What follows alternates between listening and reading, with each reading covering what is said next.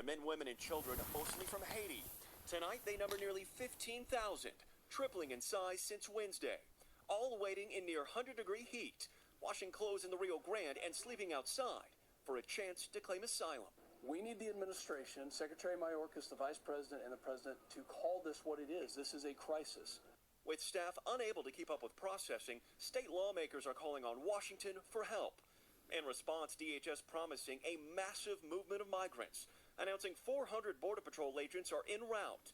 The agency also resuming deportation flights to Haiti within 72 hours, adding our borders are not open and people should not make the dangerous journey.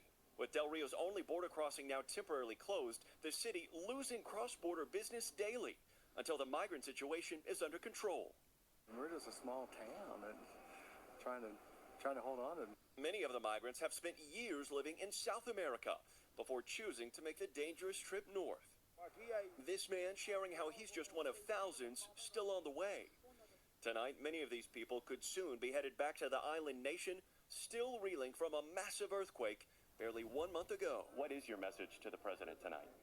President Biden, close the border. Take action to secure our country. You have abandoned citizens of Del Rio, Texas.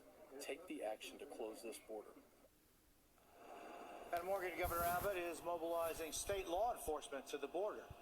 Eyewitness News.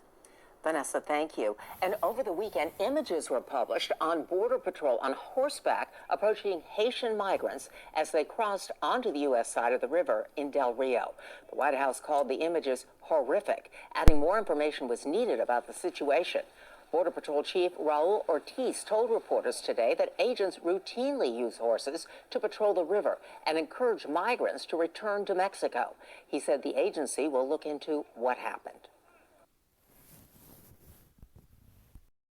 Policies to be a little more friendly toward Haitians.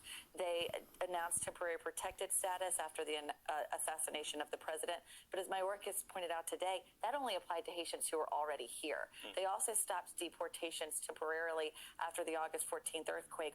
All of that, whether or not it will really protect people who are coming here now or not, in most cases it won't, it gets misinterpreted a lot of times. And a cartel member might say, now's your time to come to the United States. If you don't get in now, you won't get in later. And that just triggers a mass exodus. And that's what we're seeing now. Well, that's interesting because Mayorkas today, he talked about how the deportations are being done in a humane way. We saw that image of at least one Border Patrol agent using a whip and was effectively trying to lasso some of the migrants. You see that picture there.